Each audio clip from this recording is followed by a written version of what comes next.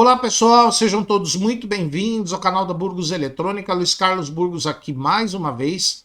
Na aula anterior, eu mostrei para vocês como funciona o capacitor de acoplamento, que é um capacitor que leva as variações de tensão de um transistor até outro, bloqueando a tensão contínua entre eles. Porém, lá nós vimos que o capacitor de acoplamento é um capacitor eletrolítico. Mas na época das válvulas, os capacitores de acoplamento eram capacitores comuns, capacitores de papel ou de cerâmica de valores baixos. Por que será? É o que nós vamos ver nessa aula. A diferença entre os capacitores de acoplamento de aparelhos valvulados e transistorizados. Tá? Para essa aula nós vamos utilizar esse maravilhoso osciloscópio Rigol DHO-802, que você pode adquirir lá na RioLink, nosso parceiro comercial, aqui na descrição do vídeo. Lá você usa o código Burgos10 e pode adquirir com 10% de desconto não somente esse aqui, como qualquer outro osciloscópio da linha Rigol. São osciloscópios top de linha para você ter na sua bancada ou no seu laboratório.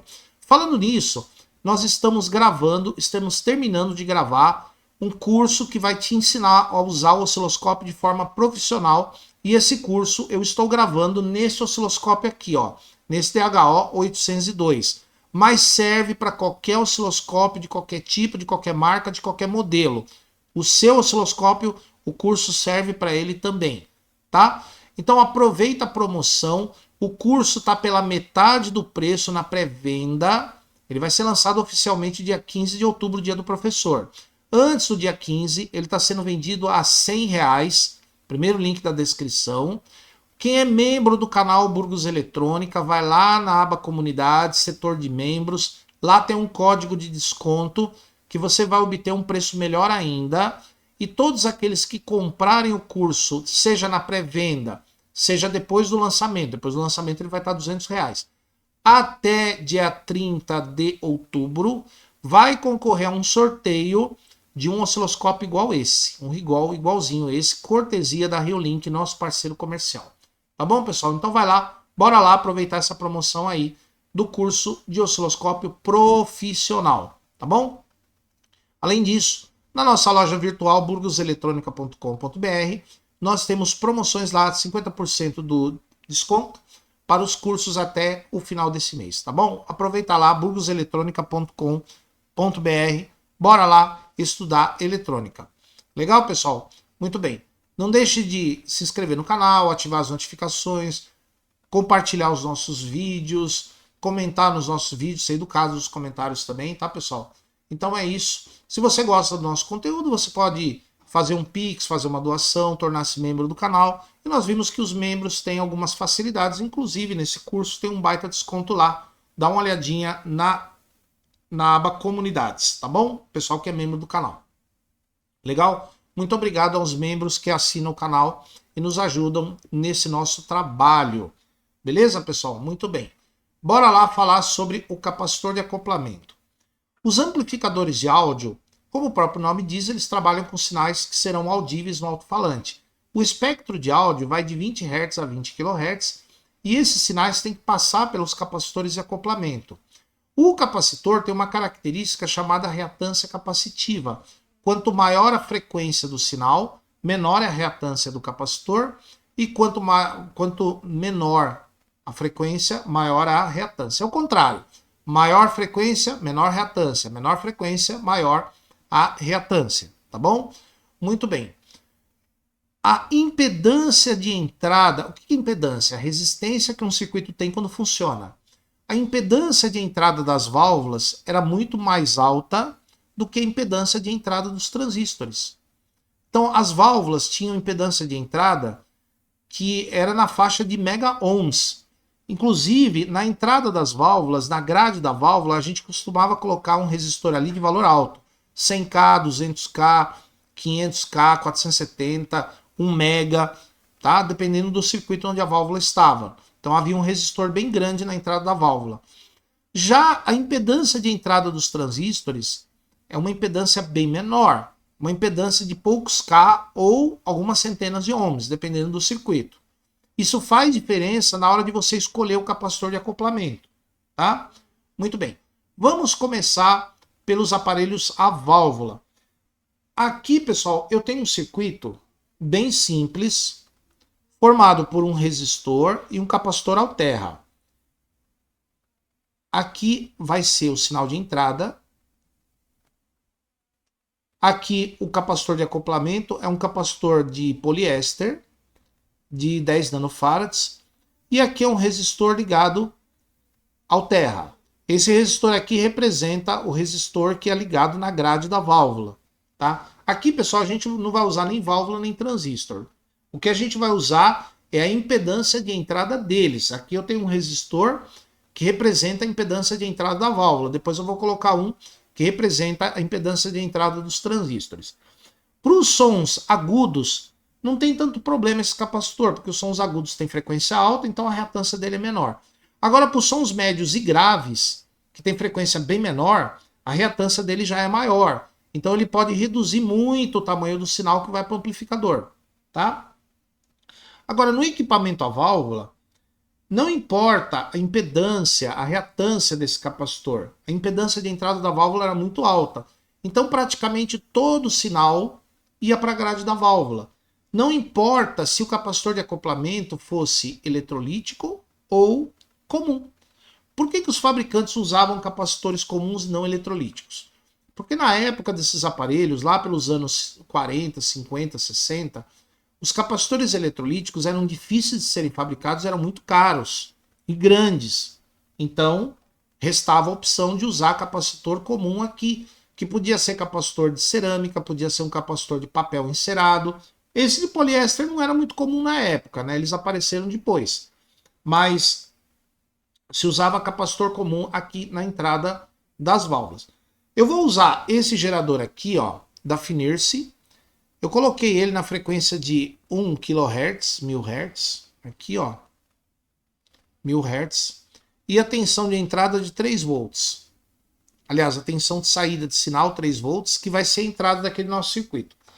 Nós vamos aplicar o sinal no fio verde, ele vai passar pelo capacitor e tem o resistor alterra, que é a impedância de entrada da válvula. Então, nós vamos ver qual é o tamanho do sinal que vai ficar na entrada da válvula, que é o fio azul. Então, o fio verde vai levar o sinal do gerador, passar pelo capacitor e entrar na válvula. E no fio azul a gente vai ver o tamanho do sinal que vai entrar na grade da válvula. Então vamos lá?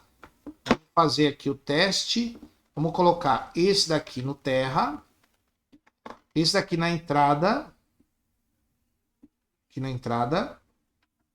Ó.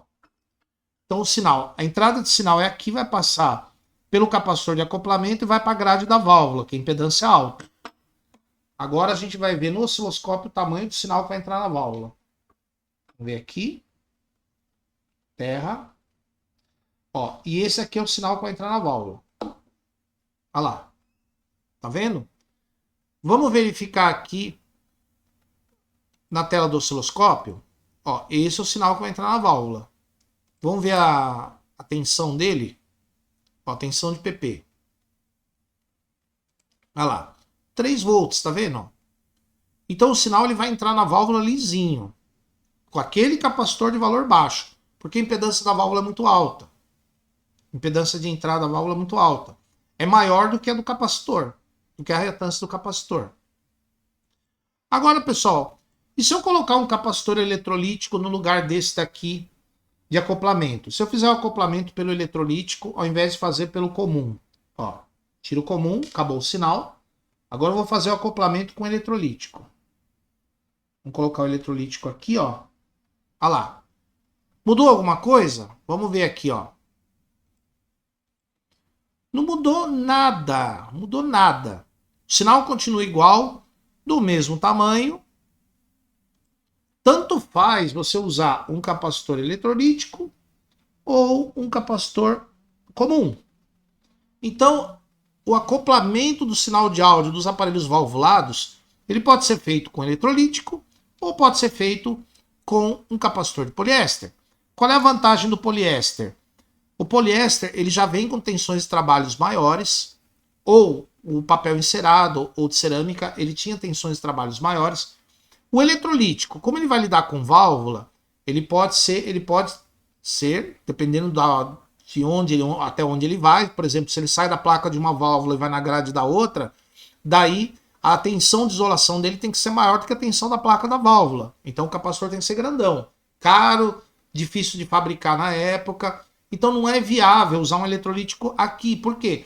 Porque o lado positivo do eletrolítico, ele pode ter que ir na placa da válvula, então a tensão de trabalho do eletrolítico já tem que ser alta. O capacitor comum, mesmo ele sendo de tensão alta, ele vai ser bem menor do que o eletrolítico. Então, o acoplamento de sinal para um aparelho valvulado, o acoplamento de sinal de áudio entre uma válvula e outra, é conveniente que seja capacitor comum, ao invés de eletrolítico. Dá para fazer com eletrolítico? Dá, mas o eletrolítico tem que ser para alta tensão, o que ele vai ser bem mais caro, e na época que eles eram tradicionais, que eles eram populares, que as válvulas eram populares, eram capacitores muito caros.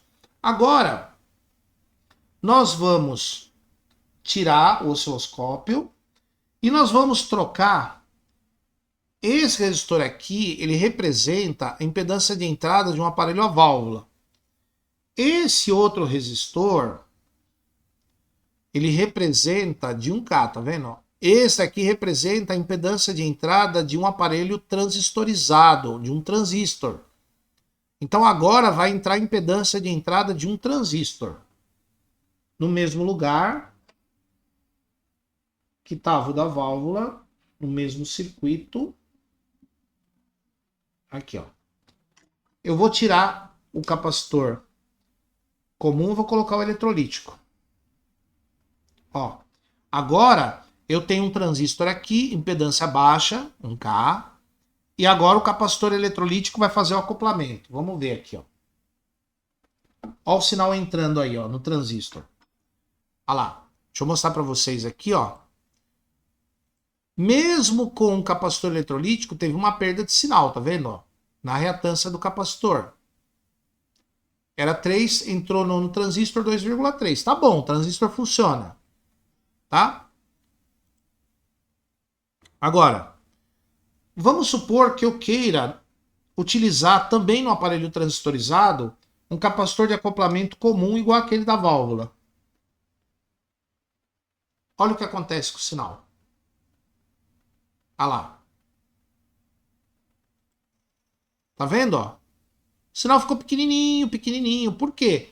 Porque aquele capacitor lá, ele tem uma impedância relativamente alta, tem uma reatância alta para frequências baixas, que é 1 kHz. Então, quase toda a tensão do sinal ficou no capacitor e pouca entrou no transistor. Entrou 0,2 volts no transistor só. Olha que interessante, né? Como vocês podem observar. Então, esse capacitor aqui não é viável como acoplamento de um aparelho transistorizado. O aparelho transistorizado tem que ser eletrolítico. Por quê? Porque a reatância dele vai dividir sinal com a entrada do transistor. Se a entrada tem impedância baixa, esse capacitor tem que ter reatância baixa também. Quem tem reatância baixa? Capacitor de valor alto. Quem é capacitor? Quais são os capacitores de valor alto? Os eletrolíticos. Né? E outra coisa, no aparelho transistorizado as tensões são menores. Então os eletrolíticos, como esse por exemplo, ele pode ser para baixa tensão, como esse aqui é para 63 volts. Poderia ser menor ainda, ele poderia ser para 25, ele poderia ser para 16, que funcionaria perfeitamente aí nesse circuito, tá? Então, em resumo, os capacitores de acoplamento de áudio para os aparelhos valvulados eram comuns, de valores baixos, 10 nano, 22, 47, 33, 4,7 nano. Já nos aparelhos transistorizados, os capacitores de acoplamento são capacitores de valor alto, eletrolíticos, 10 micro, 22, 47, e tensão de trabalho baixa. Tensão de trabalho aí de 16 volts, 25, 10 volts. E nas válvulas, os capacitores comuns são para 400 volts, 250, 600 volts, dependendo do lugar do circuito onde eles vão ligados. Tá bom, pessoal? Espero que vocês tenham entendido a diferença entre a impedância de entrada de um aparelho com transistor, a impedância de entrada de um aparelho com válvula e a preferência para cada acoplamento, cada tipo de acoplamento, de acordo com o dispositivo que ele vai levar o sinal ou vai tirar o sinal e levar para outro. Tá bom, pessoal? Espero que vocês tenham gostado. Curtam o vídeo, compartilhem nosso canal, comentem à vontade, sejam educados nos comentários. Aproveita a promoção aqui do curso para você fazer um curso bem legal de osciloscópio e ao mesmo tempo concorrer a um osciloscópio igual esse daqui. Tá bom? Nos vemos aqui numa próxima aula. Por enquanto, muito obrigado e até!